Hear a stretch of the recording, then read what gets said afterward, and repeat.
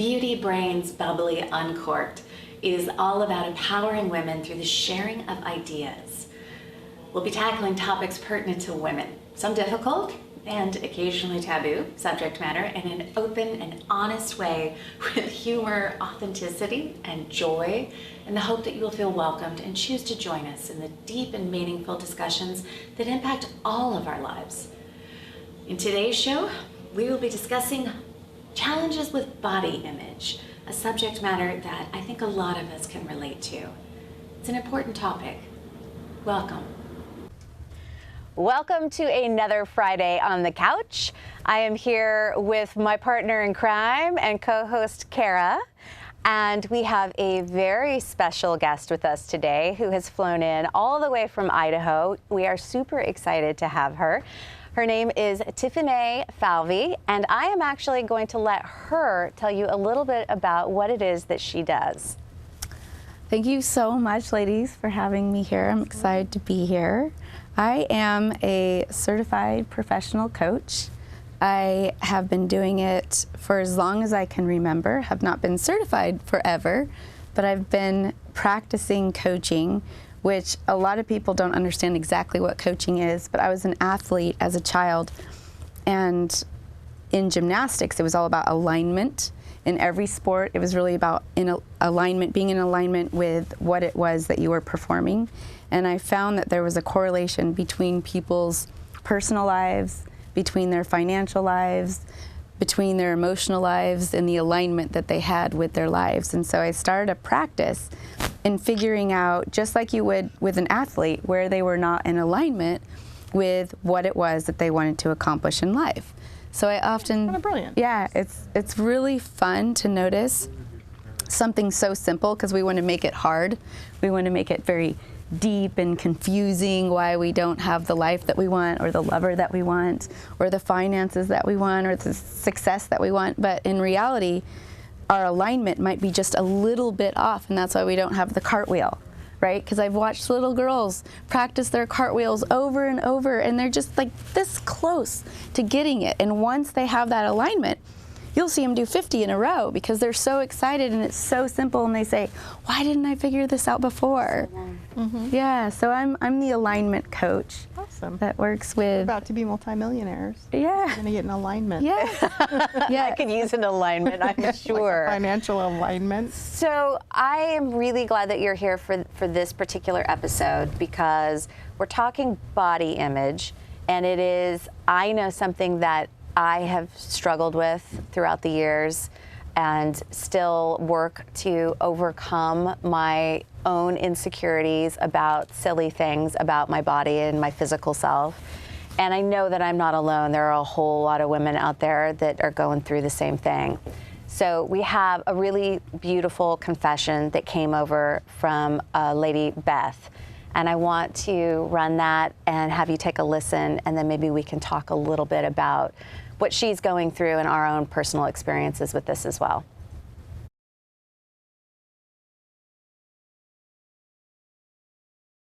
My confession is body image. My story starts at 7. I was the youngest member of Weight Watchers, which is not something to brag about, but as I say, it is what it is. I was humiliated. I was bullied. I was made fun of. I was mooed when I would walk down the halls of my middle school. It is a devastating situation to be in, and do understand how bullying has cost children their lives. I saw the light at the end of the tunnel, and unfortunately these children didn't.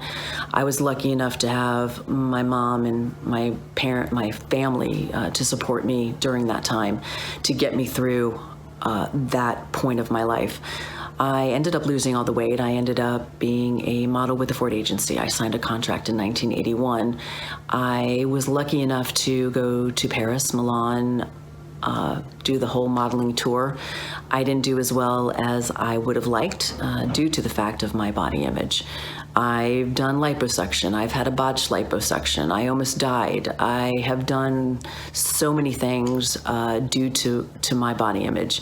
I tell people it's like looking in a funhouse mirror, that you see this person that it's just so distorted. It is a distorted image. I'm 55 now. I would love to be able to stop it. I would love to just not think about it for 1 minute of a day, and just be me. When I watched that for the very first time, I had a house full of family guests visiting, and I got so choked up I couldn't even talk. I started to it just made me so incredibly, and I'm going to cry now too, it just made me so incredibly sad that here she is, this beautiful woman, and how do we put ourselves in a place where we allow what other people say about us to somehow be accepted, and we take that as like the truth, like there's something wrong with us, and then to waste the beauty that you have, because even when you're in the middle of your youth and your glory, you still don't feel good enough. And it seems to be common that it doesn't matter. You can be the most beautiful woman in the world on the cover of magazines. They still don't feel good about themselves. They still don't feel perfect enough. Mm-hmm.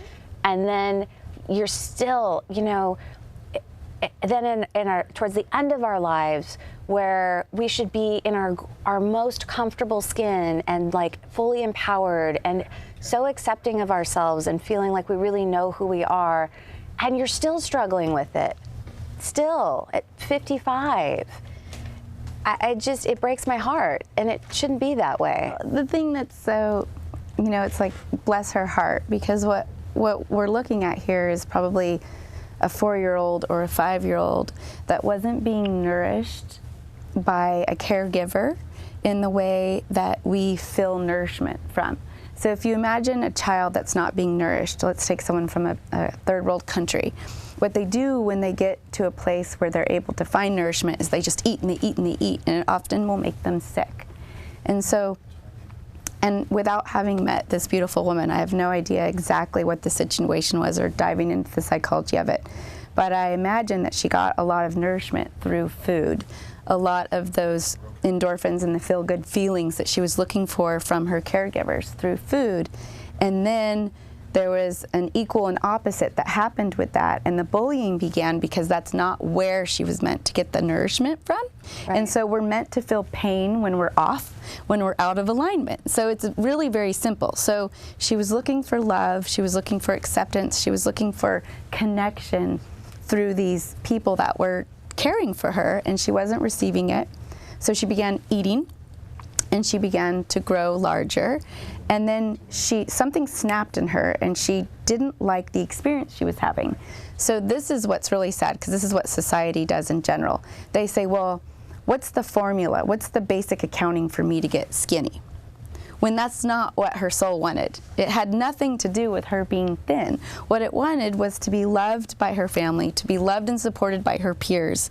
So what she did was she bypassed the system, and she decided that she's beautiful. I mean, we just saw her on the screen. She's beautiful. So she lost the weight.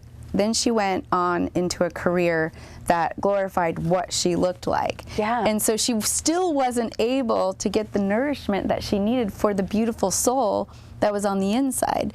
And so the healing begins with her getting real and honest about what happened to her as a child and what was missing for her.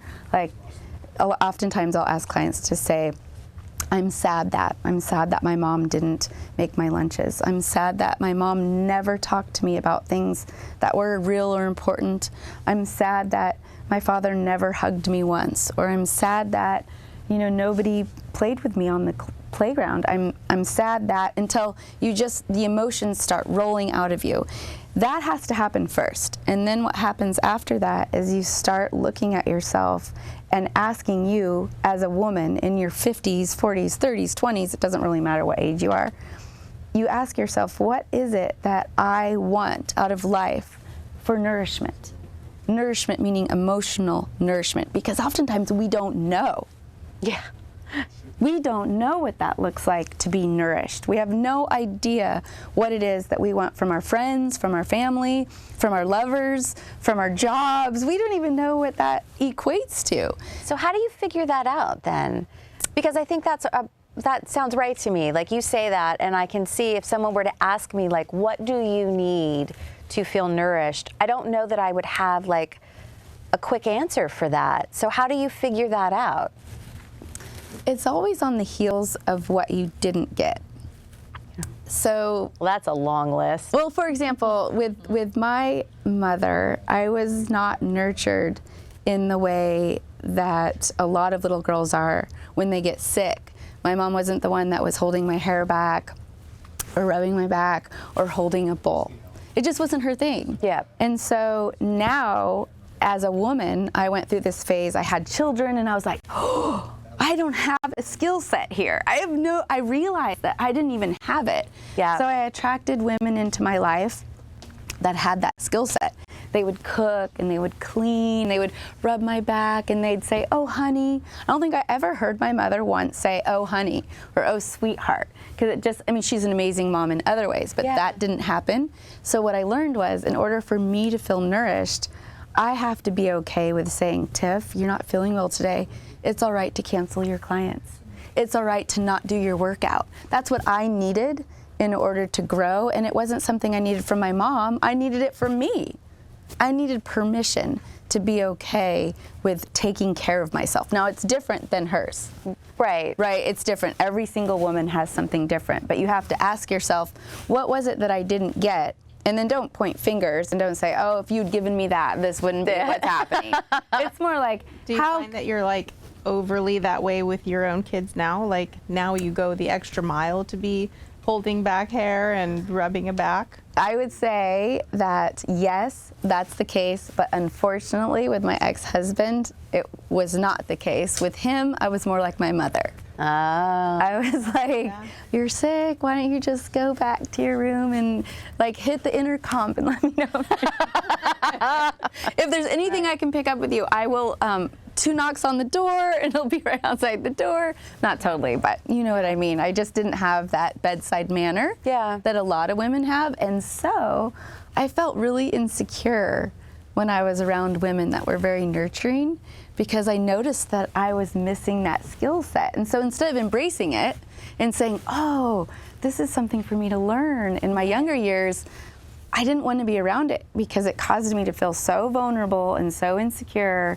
You know, it's like if you were to go water skiing and you're the only woman that didn't know how to water ski and everyone else knew how, you might avoid the boat. Yeah. Or you might put a cast on your ankle and go, I can't. today's not the day for me to do it. That's what I did. I did it with everything. But you did, so, because you said something and it kind of like, it tweaked in my brain a little bit. I was like, So, did you intentionally at some point then in your life, because it sounded like you did, go out and seek female relationships to help fill that area? Because it sounds like early on it was like ooh, I don't even want to be around that because it makes me feel like I'm missing something that I should have automatically. But then at some point you switched it and then went, no, I'm going to actually embrace and engage and intentionally invite those types of women into my circle so that I can actually make that a learning piece. Am I following that right? So it happened young. When I was 14 is when I met a woman who was very feminine and very nurturing. She was feminine in her style of dress, feminine in the way she spoke. And I attracted her into my world and I would emulate her. I remember watching how she would cook and watching the way that she would take off her makeup in the evenings. And luckily, she calls me her baby girl, and she would take me under her wing and she would say, this is what we as women do. We do, because I think she knew that I was at such a deficit. I didn't know these things. You said something to me last night. I can't even remember. We were talking about this exact same thing because I have a very difficult time letting go and letting other people step in and help me. I struggle a lot with my fiance because he just gets so frustrated. He's like, just let me help you. And I've got this like grip on feeling like I can't let go. I have to do it myself. Like I can't count on someone else to step in. And boy, it frustrates me about myself. Well, and what I said was that it's partly she's been let down so many times in such significant ways, and to let someone help you invites an opportunity to be let down, and then you have to be mad at them all over again. And they get lumped into the pile of everyone else that's let you down. So part of it is when you're seeking validation for you being who you are, you'll attract people that let you down, because then inside you can go to bed and say, see, this is why I made the reservations at the restaurant. This is the reason that I pre-planned and I brought this, this, and this, because I knew that was going to happen. And so you're fulfilling a part of you that wants to be validated. So the second that you no longer need to be validated, it becomes okay for someone else to come in and care for you, because whether they fulfill the role or don't fulfill the role, it doesn't really matter. You're still being cared for. Once you realize you're still being cared for because their intention was to care for you, and maybe they forgot the wine opener. Maybe they did, but they have the wine, and that counts for something. We could break the bottle open, right? There's some Power way. drills. Yeah. Yeah, so once you realize that if you are the person that takes charge, you're going to attract a more passive personality naturally, and it'll be beautiful. It'll be the way it's supposed to be. And then the second that you decide to be the character, just like a movie, you're going to be the passive character, the one that forgets things, the one that doesn't. Someone always comes over and takes over that role. Because you created space. So I was very OCD as a child, and I would go to parties in high school, and there would be alcohol at the parties. No way. Yeah, there would be alcohol at the parties. God. And I remember being the girl, and a lot of my friends didn't even know I was doing this because I would do it behind the scenes, and it was at kids' houses, right? It was at parents' homes. And I would take all of the beer bottles and I'd make sure I would throw them away, and I would clean the countertops, and I would make everything clean, because I just understood that that's what I would want someone to do for me. And I also understood if I was an adult, like a parent, that's what I would want. So now I'm like in my 30s and I'm seeing a therapist, and I'm like, I'm so tired of cleaning up for other people. These are adults. I'm at their house and I'm doing the dishes, and I'm so tired of doing it. And my therapist says, well, yeah, but if you're fulfilling the role, no one else is going to do it, including the person that lives there. And I go, so you're saying that this is my fault? And I was really kind of upset. I'm never going back to this therapist again. This is a joke. I can't believe this. You're fired. And so I decided to do a social experiment for myself to go back and tell her she was wrong. Right. So I went to this party, and I sat on the couch, and I started practically getting hives because I saw that, all the empties were on the coffee table. Yeah. And I'm like, no, Tiff, don't do it. Don't do it. Don't do it. And then I saw some other girl that had the same issue I had about 20 minutes ago, and she got up and she started cleaning everything, and I was like, Yeah. oh my goodness. And I've never done it again. I am the most lazy chick at parties now. I just sit, I relax, I drink, I leave my empties, and I go, I am making someone's life better because they can go and fulfill this role that they have Good to job. clean up. So Good job funny. paying it forward. I mean, you say that, but I feel like I tried that social experiment one time, and it didn't work out so well. So I am a bit of a clean freak, right? I have a little bit of the OCD in me, and I like to keep a nice house. But I married a man who is the exact opposite. He could care less. He doesn't even see it, right? Like, he's blind to mess. So I tried it, I would say, I'm not going to do it. This is why we connected. We Right. married the same man. Yeah. I'm like, I'm not going to do it, right? I will not clean up those dishes of his.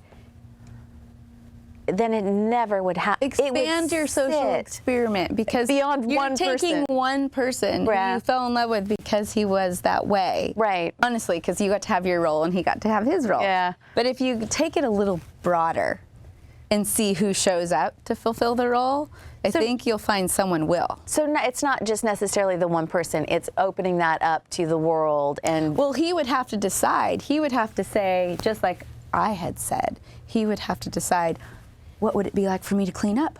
Let's see if Deb would relax, sit her little bum down. He would have to do his own social experiment, and then maybe he would be right, and he'd be like, she's competing with me over who's cleaning up. I mean, I don't know. I'm not in your marriage. I'm just saying. I'm not either anymore, so we're good. I mean, that's like history. That book's been put away. Totally.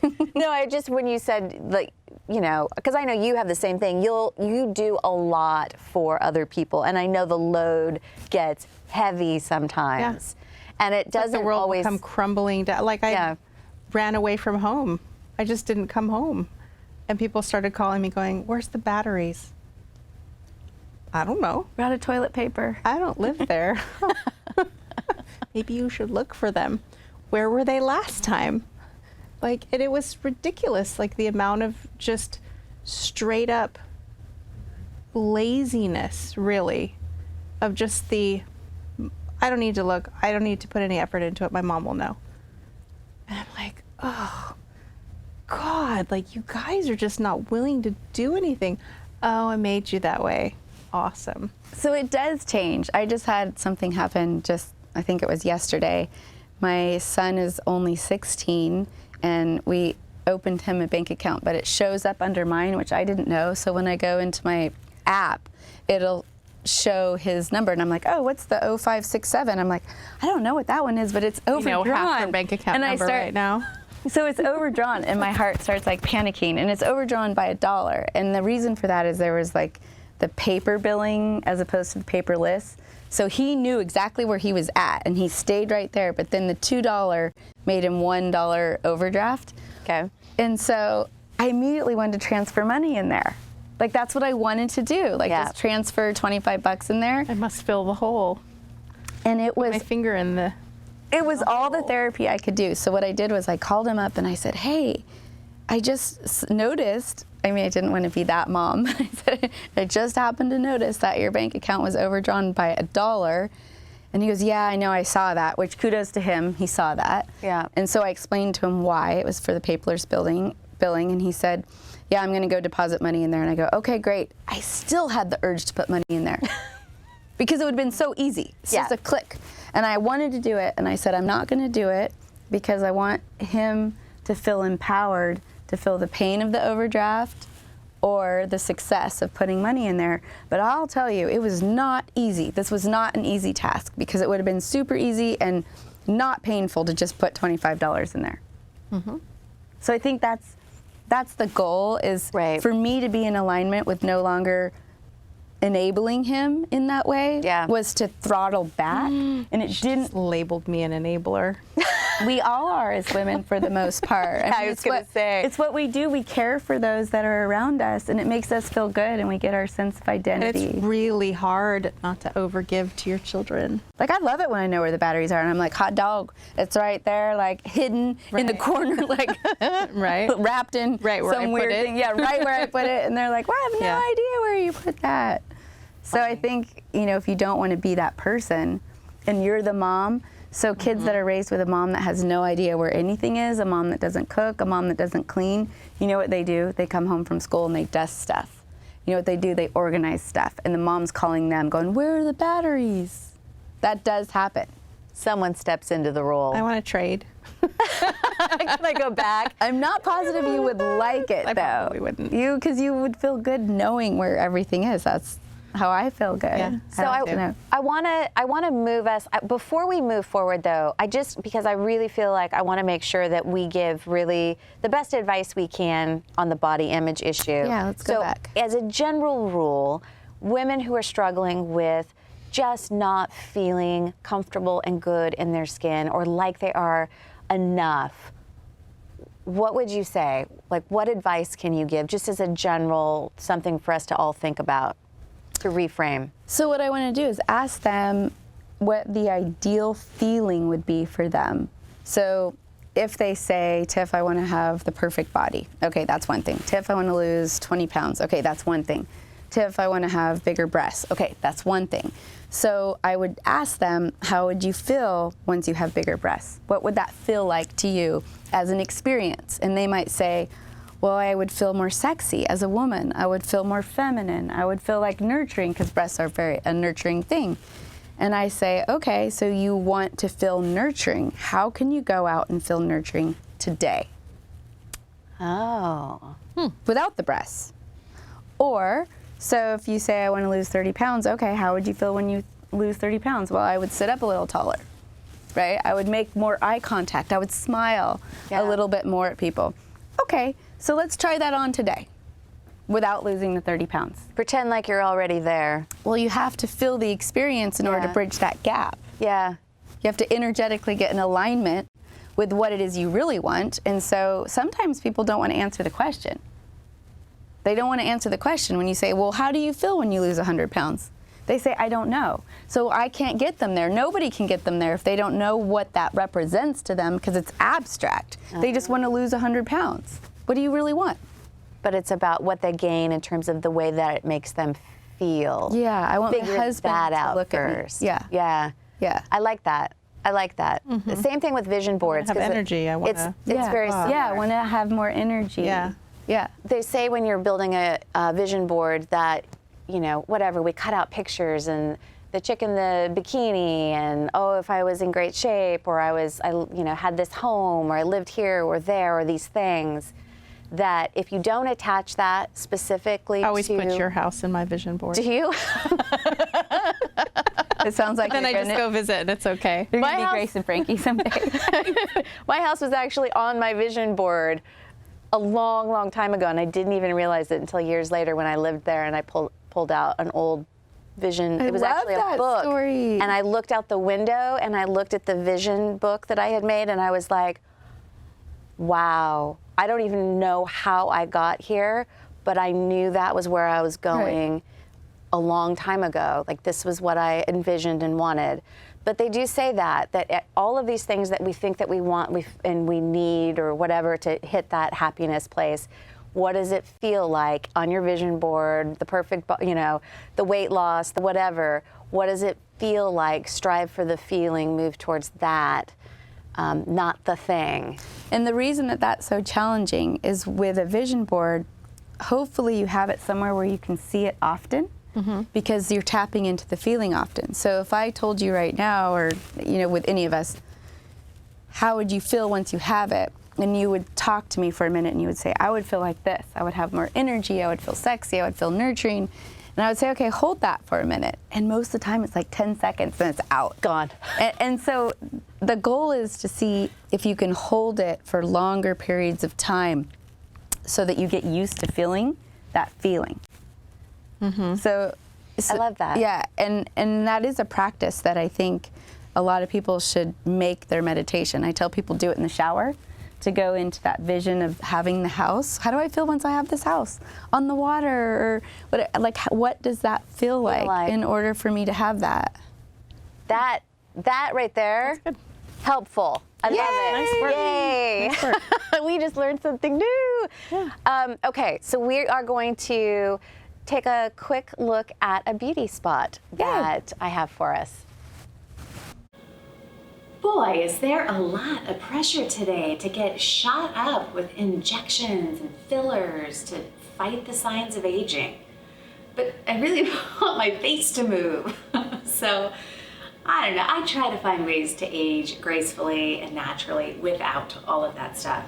And I was lucky enough recently to be introduced to PCA Skin on a commercial shoot. And I fell in love with two of their products in particular. One was their Sheer Tint Broad Spectrum SPF 45 and their Sheer Tint Eye. Now these have become permanent staples in my daily beauty routine. I often wear these alone when I'm in a hurry to get out the door, but I still want to protect my skin and I want to look put together, but you can also wear them under your foundation. At my age, I definitely shy away from concealers, foundation, and powders, particularly underneath my eyes, because they just make me look older. And Instead, I'm choosing things like the Sheer Tint Eye because it's formulated to minimize the appearance of fine lines and wrinkles, the under eye circles, the puffiness, yet it has just enough tint so that I can forgo all of that caked on look. I love that these are long-wearing, water-resistant, sheer, full of antioxidants. They protect my skin from the harmful rays of the sun and provide just the perfect amount of tint for a light coverage finished look. Check out their line and get more information on our website, beautybrainsbubbly.com. All right, so I gave Kara some of this product to try this desperately need it. morning. So I'm curious feedback. I'll be honest, I tried it last night Oh, last night. and this morning. Oh. No, I liked it. It's very smooth and silky and it feels very light, and it feels like your face can move through your makeup, which sometimes you're like, oh, so much cakey makeup on. It's awesome. It kind of just evens out the skin tone and all the things. It's wonderful. I'm a fan. You're going to be over later, so I'll let you try it too. It's one of my favorite things about my job is that I get to try products that I might never pick up on my own. That some of them are things that I've never even heard of or knew existed. And this was definitely one of them where I was like, oh, I'm just so glad that I was introduced to this because it's really cool. Okay. We are going to do question of the day. Are we ready? I don't know. I'm ready. I always have a little anxiety when you pick up your note card. I know, because no one knows what this is going to be, so this is always a little bit scary. Okay, so how do you feel about your relationship with your mother? Go, Kara. You go first. Oh my Bring it. goodness. I think that as I grow older, I understand my mother better. So while we don't have a super warm, fuzzy relationship, I see her as more of a woman than seeing her as a mother. I see who she is and why she did things that she did. And it really helps me not be what I would consider like having bad parenting habits, and it helps me to be a little more comfortable with oh, okay, she was just doing the best she could, maybe all of the things said and done, my kids maybe won't hate me. Be awesome. Yeah. Where would you like it to grow into? I'm kind of okay with it where it is. Right where it's at? And I know that sounds, in an interesting way, I realized a long time ago, my mom and I are so different. My mom could never laugh at my jokes because she doesn't get them. Oh, no. And then she would, right out of the blue, crazy joke, and I'd be like, no, I don't get it. And I'm like, oh, we're just different. We're so different. And I think that we've kind of reached a level where, of course you'll do things, you go and you take care of them and you do things and, go for birthdays and all the things, but it isn't a relationship that's super comfortable. We just don't hang out and visit. You know what I mean? So, and I don't know that it needs to be that. I kind of got to a place where I felt like you're born to people. You have no choice in that.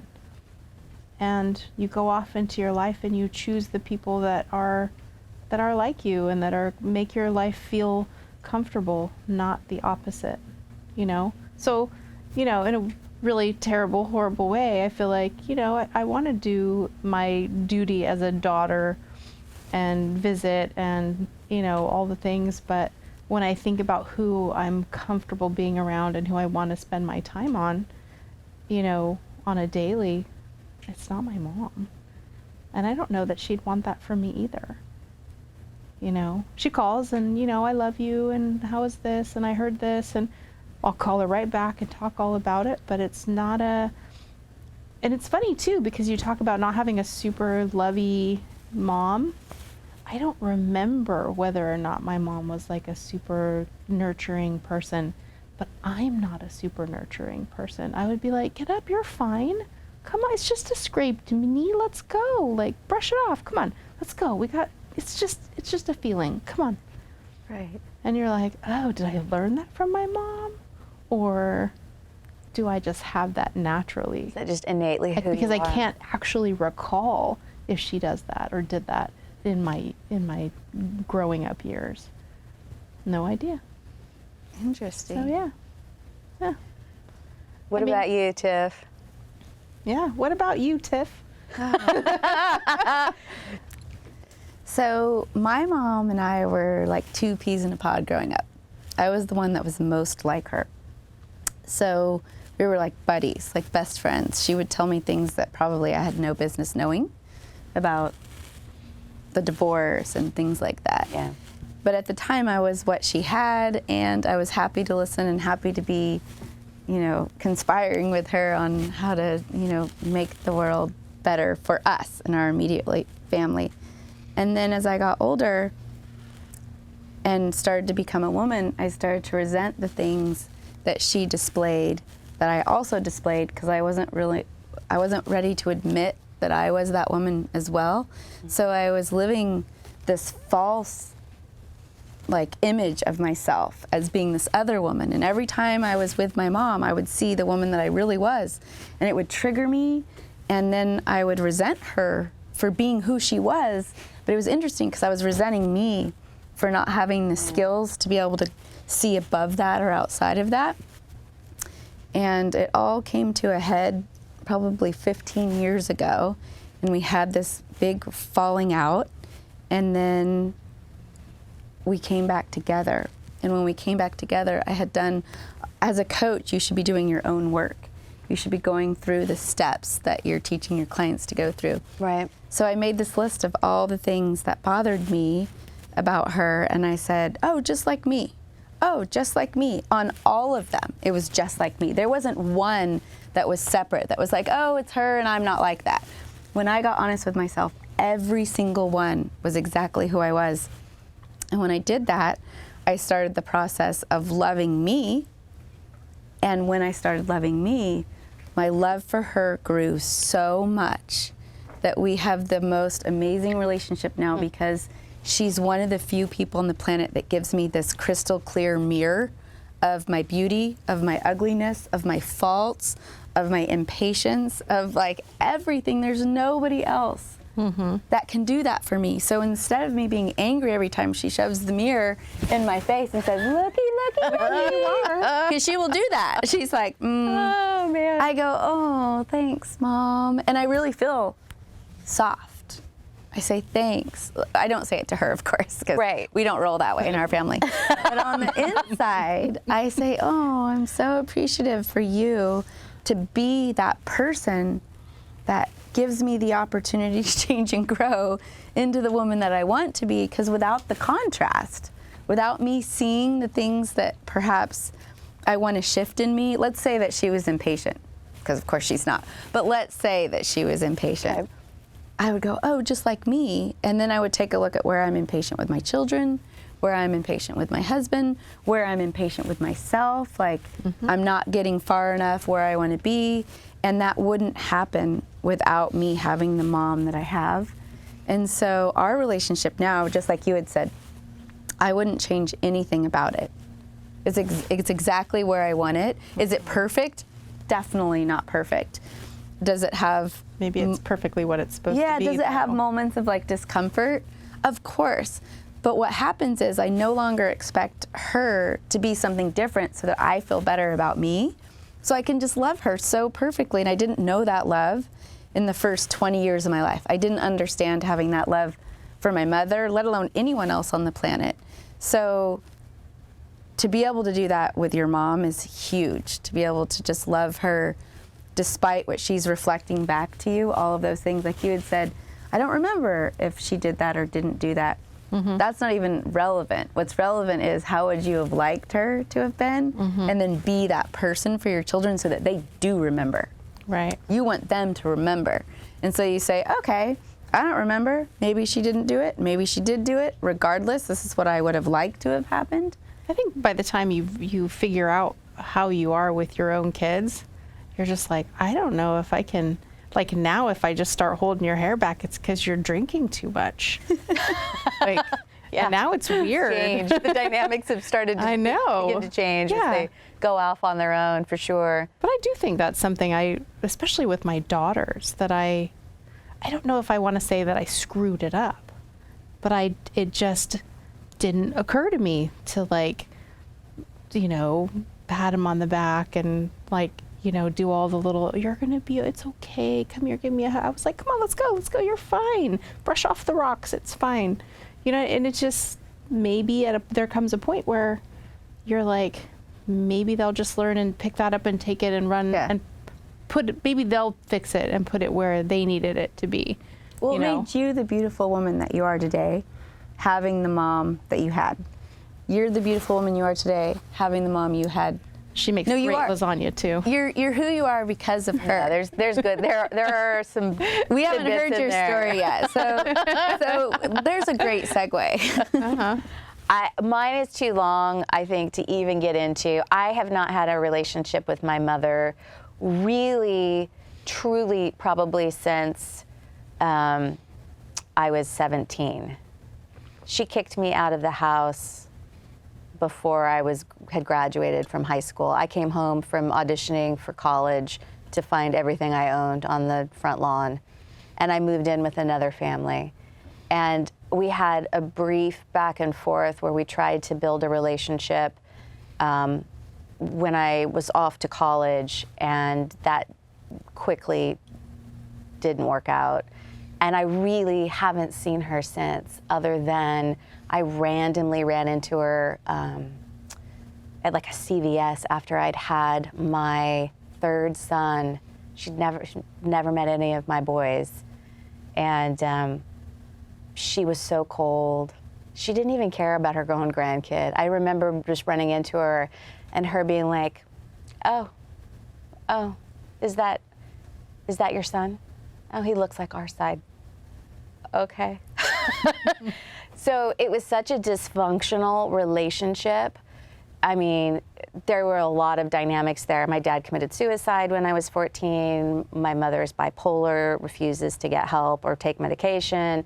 It was a really dysfunctional, really bad dynamics in terms of family. So for me, at this point in my life, it's been so long, and I know that while I hold hope that maybe someday it will be different, the few times my brother, who also does not have a relationship with her, has done a check-in, it's not. She's homeless, she's angry, she's blames the world, everyone around her still. Like, there's no desire in her to have any acceptance that maybe she could use some help. And I don't think it's gonna change. So my relationship with her is just a place of trying to be at peace with wishing her the best, being frustrated that she's not found a way to help herself, because everyone around her, her entire family, brothers, sisters, her parents who are no longer here, all tried to help her, but she just refuses to do the part where she has to step up and be an active participant in that. And she's not ready, even still today, to do that, obviously. So part of the reason for this show, I think, revolves around that, is that I have to find ways to fill those losses in my life. I have to find strong female connections and friendships and people that can fill the void of not having a nurturing, loving, together mother figure in my life. And so that's part of the reason we're here. No pressure at all. Not feeling for any you pressure guys. at all. But I know I'm not alone in that. You know, we don't get to pick our family. If we did, I don't know what I was thinking, but it is what it is. And I've obviously learned a lot from it. But we do have the opportunity to focus our time, our energy, our love, and our connections on people who fulfill the positive stuff and bring those qualities to the table, and that we intentionally, and that's where I'm at in my life, is intentionally seeking out female connections that fill those places where I have lack from my childhood, and I don't know, I hope that, again, it's another area that's tough to talk about. It sucks, but we can do that as women for one another. Men can do it for, it's just like if you don't have a dad around, there are so many opportunities for us to, be helped, but also step up and be the person that helps others and that fills those areas of need for whether it's young people, older people. I mean, we all have that in our lives where we're like, I could really use a connection with someone who can share something that I don't have, that's missing, that I'd like to have more of in my life, whether it's somebody who has, that loving, nurturing quality, or, whatever the case may be. Who tells you to just get up, stop it. Get up. Brush your knees off. Let's do this. I think it's asking yourself also, if you had the dream mom, whatever that dream mom is. I don't know that I would change it, to be really honest. And I know that sounds crazy, because if I think about my childhood and all of the struggles, but there's always something good, right? There's always things that you learn from those experiences that make you who you are. If you take any one of those pieces away, you're not you. And I wouldn't want to be anyone else than who I am right now. I don't think I feel a lack of mom either. I just know my mom is what she is. Yeah. Who she is, where she is. This becomes a trap. So people say, I wouldn't change anything because I became the woman I am because of my parent, whatever, mom or dad. Right? Experiences or people or all of that. So my mom was absent, so I became independent, I became successful, I know how to take care of things on my own, all because she was absent, right? And I also know I'll never go down that path. Let's say your mom was a drug addict. I'll never do drugs because I saw that path, I know what it does. The question is, if you had the dream mom, what type of energy would she be dumping into you? And the reason I'm asking you the question, and it's not to answer right here for all of you all, I'm in therapy it's right for you now. to think about later. Yeah. Is when you ask yourself that question, what is the dream mom for me? Like, what would that look like for me? Then what's going to happen is you're going to start being that energy for you, and your whole world will change. Because we all have the dream family, whether that's even a dream child or a dream husband or a dream job. And so the same would be true. Let's take it out of the emotional realm. What's the dream job look like for you? You could answer that, right? I can answer it because we're doing it right now. Right. I am manifesting it right now in my life. I'm doing it right now, but you're manifesting it because you didn't say life was good enough the way that it is. Right? Right. Everything's led me to this job that isn't completely fulfilling, but it's mostly fulfilling, and it's made me who I am, right? So you shifted. Right. And you said, what's the dream for me? Yeah. So if you want that energy of being able to heal some of the childhood stuff, you want to ask yourself, what would it have looked like if it was ideal in my mind? What would that have been? Would I have a mom that's so excited to see her grandkids? Would I want that? Yeah. And how would that feel if you ran into her at the store and she just starts crying and she goes, oh my God, they're beautiful. They're gorgeous. They're the most beautiful things I've ever seen. What does that feel like for you? And not to answer now. Again, No. Just diving in deep. No, Right. I agree with you. It's true. And because I think that I did something very similar in therapy in terms of my female friendships. I made a list. Yeah. God. You haven't read the Why We're Here story yet, obviously. I told you need to read it. But part of it was I was feeling this need for, I need to have better, stronger female relationships. I'm not going to get it from my mother. Right. So I need to find out, first, what does that look like? What feeds me? What do I want? What feelings do I want? What kinds of friends do I want to have in my world? And I needed to be able to list it out and say, okay, here are the great qualities, here are the things that don't really feed me or work for me within my female relationships. And now that I can see it and I've listed it out, now I can go out and with intention, thoughtfully choose to invite people into my world that meet those criteria of those feelings, the kind of friendships, the kind of female connections that I would love to have, that I dream of having in my world. And it's, yeah, we're talking about mom, but it really, I can't change that, but I can change this. I can find a lot of what was missing by intentionally choosing to connect with females that bring that into my world. So kind of like what you're saying. Well, so the energy of, and I'm not saying that you felt this way, but let's say that we had the mom again in the store that was so emotional because she saw that. And you said, I would really like that. What she could be attracting right now is women, older women, that would come in and see your children and just like adore them regardless of what age they are. Yeah. Right? And that might not even happen with you involved. They might attract grandmother type people through you, not because you've introduced them, but because you've held the vision, because that vision of the house affects your children too, right? Oh, sure, yes. So the vision of having your kids have this grandmother energy coming in is something that you can create right here on the couch by imagining, because it's hard for people to imagine if they haven't had it.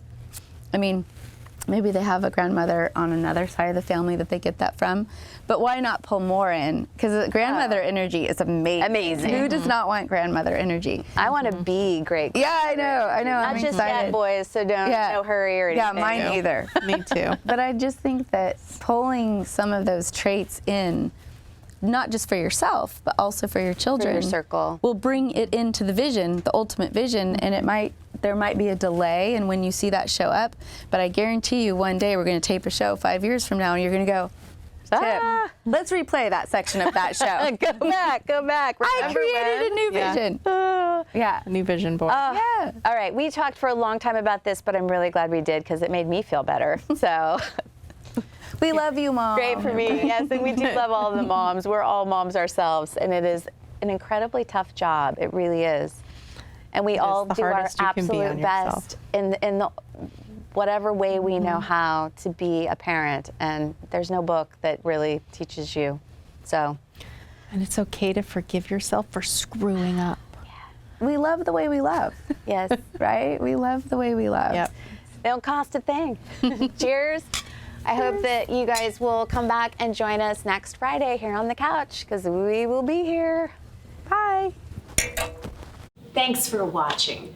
Beauty Brains Bubbly Uncorked is about embracing life's challenges, taking mighty risks, and pushing ourselves to grow with just a little less fear, knowing that we're not alone in our journeys.